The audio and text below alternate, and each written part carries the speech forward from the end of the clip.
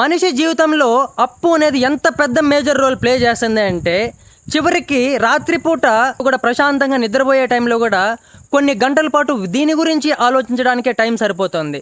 Just ఒక 2 hours back నాకు ఒక ఫ్రెండ్ ఫోన్ చేశాడు.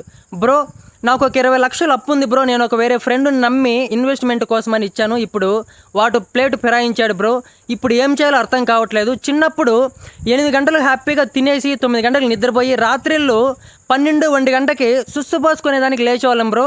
అదే నిద్ర కళ్ళతో మళ్ళీ నిద్రపోతే పొద్దున అమ్మ తిట్టి లేపేంతవరకు లేచేవాళ్ళం కాదు. అట్లాంటిది ఈ అప్పు ఎలా తీర్చాలి అని ఆలోచించడానికే ఈ 12-1 గంట అయిపోతుంది బ్రో, ఏం చేయాలి అని అర్థం కావట్లేదు అన్నాడు.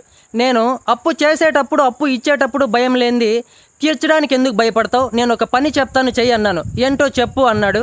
బ్రహ్మముహూర్తంలో లేచి నేను చెప్పినట్లు చెయ్యి, ఖచ్చితంగా ఈ విశ్వం నీ అప్పులు తీర్చడానికి సహాయపడుతుంది అని చెప్పాను.